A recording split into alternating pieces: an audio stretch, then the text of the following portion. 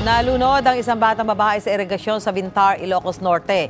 Isa naman ang patay sa pag-araro ng truck sa isang SUV sa Pantabangan, Nueva Ecija. Narito ang unang balita.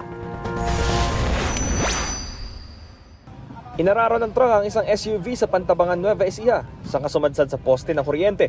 Sa lakas ng impact, nayupi ang SUV. Idineklarang dead on arrival sa ospital ang driver ng SUV na si Gian Ureta. Ayon sa investigasyon, bago araruhin ng SUV, bumangga muna ang truck sa likuran ng isang pickup at motorsiklo. Nawalan daw po sila ng preno tapos namatay yung makina. Sinusubukan pong kabigin pa kanan. Ang problema, namatay po yung makina sa sobrang bigat ng karga. Hindi niya na magpihit sa kung saang direksyon niya gusto ipunta. Nasa kustodiya ng pulisya ang driver ng truck na wala pang pahayag. Wala rin pahayag ang kaanak ng biktima.